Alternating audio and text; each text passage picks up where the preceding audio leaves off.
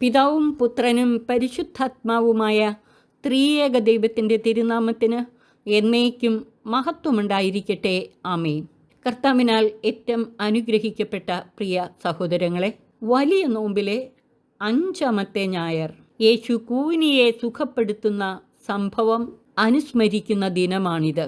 നമ്മുടെ ധ്യാനത്തിനായി നൽകപ്പെട്ടിട്ടുള്ള സുവിശേഷ ഭാഗം ലൂക്ക എഴുതിയ സുവിശേഷം 13-ാം അധ്യായം 10 മുതൽ 17 വരെയുള്ള വാക്യങ്ങൾ. നോമ്പിൻ്റെ ഓരോ ഞായറാഴ്ചയിലും നമ്മുടെ കർത്താവ് തൻ്റെ പരസ്യ ജീവിതകാലത്ത് പ്രവർത്തിച്ച ഓരോ അത്ഭുതങ്ങളിലൂടെയും വെളിപ്പെടുന്ന ദൈവമഹത്വത്തിലേക്ക്, അതായത് ദൈവത്തിൻ്റെ കരുണാർദ്രവും ജീവദായകവുമായ സ്നേഹത്തിലേക്കും അവിടുത്തെ അതുല്യ ശക്തിയിലേക്കും നമ്മുടെ ശ്രദ്ധയെ ആകർഷിക്കുകയാണ്. ദൈവമഹത്വം ദർശിക്കുക വഴി അനുതാപത്തിലേക്കും ജീവിത പരിവർത്തനത്തിലേക്കും വിശ്വാസ നവീകരണത്തിലേക്കും നവജീവൻ്റെ സമൃദ്ധിയിലേക്കും നാം വളരാനും സാക്ഷ്യ ജീവിതത്തിലൂടെ ദൈവത്തെ മഹത്വപ്പെടുത്താനും തിരുസഭ നമ്മെ ക്ഷണിക്കുന്നു. അതിനാൽ യേശു പ്രവർത്തിച്ച അത്ഭുതങ്ങളിലൂടെ വെളിപ്പെടുന്ന അവിടുത്തെ കരുണാർദ്ര സ്നേഹവും ജീവദായകമായ ശക്തിയും മനസ്സിലാക്കി അനുതാപപൂർവം വിശ്വാസത്തിലേക്കും ജീവിത പരിവർത്തനത്തിലേക്കും വിശ്വാസ നവീകരണത്തിലേക്കും നവജീവൻ്റെ സമൃദ്ധിയിലേക്കും വളരാനും സാക്ഷ്യ ജീവിതത്തിലൂടെ കർത്താവിനെ മഹത്വപ്പെടുത്താനും നാം പരിശ്രമിക്കണം. 18 വർഷം കൂനിയായിരുന്ന ഒരു സ്ത്രീയെ സുഖപ്പെടുത്തുന്ന സംഭവമാണ് ലൂക്ക എഴുതിയ സുവിശേഷം 13-ാം അധ്യായം 1 മുതൽ 11 വരെയുള്ള വാക്യങ്ങളിൽ വിവരിക്കുന്നത്. അവൾ ദേവാലയത്തിൽ ഉണ്ടായിരുന്നു എന്നും യേശു അവളെ കണ്ട് അടുത്തു വിളിച്ചു സുഖപ്പെടുത്തിയെന്നുമാണ് സുവിശേഷകൻ രേഖപ്പെടുത്തിയിരിക്കുന്നത്. യേശു അവളെ കണ്ടപ്പോൾ അടുത്തു വിളിച്ചു പറഞ്ഞു, സ്ത്രീയെ, നിന്റെ രോഗത്തിൽ നിന്ന് നീ മോചിപ്പിക്കപ്പെട്ടിരിക്കുന്നു. അവൻ അവളുടെ മേൽ കൈകൾ വെച്ചു. തൽക്ഷണം അവൾ നിവർന്നു നിൽക്കുകയും ദൈവത്തെ സ്തുതിക്കുകയും ചെയ്തു. കർത്താവിൻ്റെ കാരുണ്യവും കൂനിയുടെ വിശ്വാസത്തോടുകൂടെയുള്ള കാത്തിരിപ്പുമാണ് കൂനിയെ സുഖപ്പെടുത്തുന്ന സംഭവത്തിൽ പ്രധാനമായും വെളിപ്പെടുന്നത്. കാനാൻകാരിയായ സ്ത്രീ സഹായത്തിനായി നിലവിളിച്ചുകൊണ്ട് കർത്താവ് തട്ടിയെറിഞ്ഞിട്ടും അവിടുത്തെ വിട്ടുമാറാതെ പിന്തിരിയാതെ കർത്താവിൻ്റെ പിന്നാലെ പോയതുപോലെ കൂനിയായ സ്ത്രീ പോയില്ല. ആവലാതിയും പിറുപിറുപ്പുമില്ലാതെ തൻ്റെ കടമകൾ വീഴ്ച കൂടാതെ നിറവേറ്റി പ്രത്യാശയോടെ കാത്തിരുന്ന തൻ്റെ മകളെ കർത്താവ് തേടിയെത്തി അടുത്തു വിളിച്ചു സുഖപ്പെടുത്തുകയാണ് ചെയ്തത്. യാചകരെ പോലെ സ്വന്തം ആവശ്യങ്ങൾ നിറവേറ്റി കിട്ടാനായി ദൈവത്തെ സമീപിക്കുന്നതിനേക്കാൾ ഉയർന്ന വിശ്വാസമാണ് ദൈവ തിരുമനസ്സിന് വിധേയരായി ആവലാതിയും പിറുപിറുപ്പും കൂടാതെ നമ്മുടെ കടമകൾ വിശ്വസ്തയോടെ നിറവേറ്റി അവിടുത്തെ രക്ഷാകരമായ ഇടപെടലിനു വേണ്ടി പ്രത്യാശയോടെ കാത്തിരിക്കുക എന്നത്. സാത്താൻ ബന്ധിച്ചിട്ടിരുന്ന അബ്രഹാത്തിൻ്റെ പുത്രി എന്നാണ് യേശു അവളെ വിശേഷിപ്പിച്ചിരിക്കുന്നത്. 13-ാം അധ്യായം 16-ാം വാക്യം. എന്തുകൊണ്ടാണ് അവളെ അബ്രഹാത്തിൻ്റെ പുത്രി എന്ന് വിശേഷിപ്പിച്ചിരിക്കുന്നത്? ഇസ്രായേൽ വംശജയാണ് അവളെങ്കിലും പ്രതികൂല സാഹചര്യങ്ങളിൽ നിരന്തരം പിറുപിറുത്ത ഇസ്രായേൽ ജനത്തിൽ നിന്ന് വ്യത്യസ്തയാണവൾ. അവൾ തൻ്റെ കൂനിനെക്കുറിച്ച് ആവലാതിയൊന്നും കൂടാതെ ദേവാലയത്തിൽ വന്ന് ദൈവത്തെ ആരാധിക്കാനുള്ള അവളുടെ ധർമ്മം നിറവേറ്റി. കർത്താവിൻ്റെ രക്ഷയ്ക്കായി ദീർഘമായ 18 വർഷങ്ങൾ അവൾ പ്രത്യാശയോടെ കാത്തിരുന്നു. വിശ്വാസികളുടെ പിതാവായ അബ്രഹാമിനെ പോലെ പ്രത്യാശയോടെ കാത്തിരുന്നവൾ എന്ന അർത്ഥത്തിലാണ് കർത്താവ് അവളെ അബ്രഹാത്തിൻ്റെ പുത്രിയെന്ന് വിശേഷിപ്പിച്ചിരിക്കുന്നത്.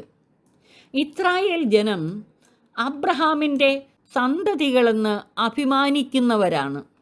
എന്നാൽ അവർക്ക് വിശ്വാസ സ്ഥിരതയില്ല. ദൈവമക്കളെന്നും ദൈവത്താൽ പ്രത്യേകമാം വിധം വിളിച്ചു വേർതിരിക്കപ്പെട്ടവരെന്നും അഭിമാനിക്കുന്ന ക്രിസ്ത്യാനികളായ നമുക്ക് ഇന്നത്തെ സുവിശേഷ ഭാഗം നൽകുന്ന സന്ദേശം എന്താണ്? നമുക്ക് ചുറ്റുമുള്ള അക്രൈസ്തവരായ സഹോദരങ്ങളിൽ നിന്ന് വ്യത്യസ്തമായി പ്രശംസനീയമായ എന്ത് മേന്മയാണ് നമ്മുടെ വിശ്വാസ ജീവിതത്തിനുള്ളത്? നമ്മുടെ കുടുംബങ്ങൾ വിശ്വാസ ജീവിത പാതയിൽ മാതൃകാപരമായി മുന്നേറുന്നവരാണോ? സ്വന്തം വിശ്വാസ ജീവിതത്തെ നമുക്ക് നന്നായൊന്ന് വിലയിരുത്താൻ ശ്രമിക്കാം. അതോടൊപ്പം ഇന്നത്തെ ലേഖന ഭാഗം കൂടെ നമുക്ക് ധ്യാന വിഷയമാക്കാം. റോമർക്കെഴുതിയ ലേഖനം 12-ാം അധ്യായം 1 മുതൽ 15 വരെയുള്ള വാക്യങ്ങൾ. ദൈവത്തിൻ്റെ കാരുണ്യം അനുസ്മരിച്ചുകൊണ്ട് വിശുദ്ധ പൗലോസ്ലീഹ നമ്മോട് അപേക്ഷിക്കുന്നു, നിങ്ങളുടെ ശരീരങ്ങളെ വിശുദ്ധവും ദൈവത്തിന് പ്രീതികരവുമായ സജീവ ബലിയായി സമർപ്പിക്കുവിൻ. ഇതായിരിക്കണം നിങ്ങളുടെ യഥാർത്ഥമായ ആരാധന.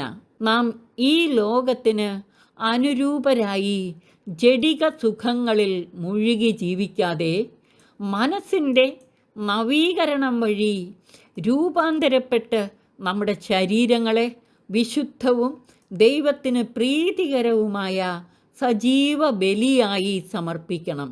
ദൈവഹിതം എന്തെന്നും നല്ലതും പ്രീതിജനകവും പരിപൂർണവുമായത് എന്തെന്നും വിവേചിച്ചറിയാൻ അപ്പോൾ നമുക്ക് സാധിക്കും. നാം പലരാണെങ്കിലും ക്രിസ്തുവിൽ ഏക ശരീരമാണ്. എല്ലാവരും പരസ്പരം ബന്ധപ്പെട്ട അവയവങ്ങളുമാണ്. നമുക്ക് ലഭിച്ചിരിക്കുന്ന കൃപയനുസരിച്ച് നമുക്കുള്ള ദാനങ്ങളും വ്യത്യസ്തങ്ങളാണ്. പ്രവചനവരം വിശ്വാസത്തിന് ചേർന്ന വിധം പ്രവചിക്കുന്നതിനും, ശുശ്രൂഷാവരം ശുശ്രൂഷകൾ നിർവഹിക്കുന്നതിനും, അധ്യാപനവരം അധ്യാപനത്തിലും, ഉപദേശവരം ഉപദേശത്തിനും നാം ഉപയോഗിക്കണം. ദാനം ചെയ്യുന്നവൻ ഔദാര്യത്തോടെയും നേതൃത്വം നൽകുന്നവൻ തീഷ്ണതയോടെയും കരുണ കാണിക്കുന്നവൻ പ്രസന്നതയോടെയും പ്രവർത്തിക്കണം. നമ്മുടെ സ്നേഹം നിഷ്കളങ്കമായിരിക്കണം. തിന്മയെ ദ്വേഷിക്കുകയും നന്മയെ മുറുകെ പിടിക്കുകയും അന്യോന്യം സഹോദരതുല്യം സ്നേഹിക്കുകയും പരസ്പരം ബഹുമാനിക്കുന്നതിൽ ഓരോരുത്തരും മുന്നിട്ട് നിൽക്കുകയും ചെയ്യണം. തീഷ്ണതയിൽ മാന്യം കൂടാതെ ആത്മാവിൽ ജ്വലിക്കുന്നവരായി കർത്താവിനെ ശുശ്രൂഷിക്കാനും പ്രത്യാശയിൽ സന്തോഷിക്കാനും ക്ലേശങ്ങളിൽ സഹനശീലരായിരിക്കാനും പ്രാർത്ഥനയിൽ സ്ഥിരതയുള്ളവരായിരിക്കാനും ശ്ലീഹ നമ്മെ ആഹ്വാനം ചെയ്യുന്നു. വിശുദ്ധരെ അവരുടെ ആവശ്യങ്ങളിൽ സഹായിക്കാനും അതിഥി സൽക്കാരത്തിൽ തൽപരരാകുവാനും പീഡിപ്പിക്കുന്നവരെ അനുഗ്രഹിക്കാനും അനുഗ്രഹിക്കുക അല്ലാതെ ശപിക്കരുതെന്നും സന്തോഷിക്കുന്നവരോടുകൂടെ സന്തോഷിക്കുവാനും കരയുന്നവരോടുകൂടെ കരയുവാനും ശ്ലീഹ നമ്മെ ആഹ്വാനം ചെയ്യുന്നു. പ്രിയ സഹോദരങ്ങളെ, ഈ സുവിശേഷ ഭാഗവും ലേഖന ഭാഗവും നമുക്ക് നൽകുന്ന വചനചിന്തകൾ ഹൃദയത്തിൽ സംഗ്രഹിച്ച് നിരന്തരം ധ്യാനിക്കാം. നമുക്ക് കർത്താവേ, കുനിയായ സ്ത്രീയെപ്പോലെ അങ്ങയുടെ കരുണാർദ്ര സ്നേഹത്തിലും വചനത്തിൻ്റെയും ദിവ്യ സ്പർശനത്തിൻ്റെയും ജീവദായക ശക്തിയിലും വിശ്വാസമർപ്പിച്ച് പ്രത്യാശയോടെ കാത്തിരുന്ന് അവിടുത്തെ അത്ഭുതകരമായ ഇടപെടലുകൾ ദർശിക്കാൻ ഞങ്ങളെ സഹായിച്ചനുഗ്രഹിച്ചാലും ഈ ലോകത്തിന് അനുരൂപരായി ജഡിക സുഖങ്ങളിൽ മുഴുകി ജീവിക്കാതെ മനസ്സിൻ്റെ നവീകരണം വഴി രൂപാന്തരപ്പെട്ട് ഞങ്ങളുടെ ശരീരങ്ങളെ വിശുദ്ധവും ദൈവത്തിന് പ്രീതികരവുമായ സജീവ ബലിയായി സമർപ്പിക്കാനും തീഷ്ണതയിൽ മാന്യം കൂടാതെ ആത്മാവിൽ ജ്വലിക്കുന്നവരായി കർത്താവിനെ ശുശ്രൂഷിക്കുവാനും പ്രത്യാശയിൽ സന്തോഷിക്കുവാനും ക്ലേശങ്ങളിൽ സഹനശീലരായിരിക്കുവാനും സന്തോഷിക്കുന്നവരോടുകൂടെ സന്തോഷിക്കുവാനും കരയുന്നവരോടുകൂടെ കരയുവാനും ഞങ്ങളെ സഹായിച്ചനുഗ്രഹിച്ചാലും. പിതാവിനും പുത്രനും പരിശുദ്ധാത്മാവിനും സ്തുതി, ആദിമുതൽ എന്നേക്കും. ആമേൻ.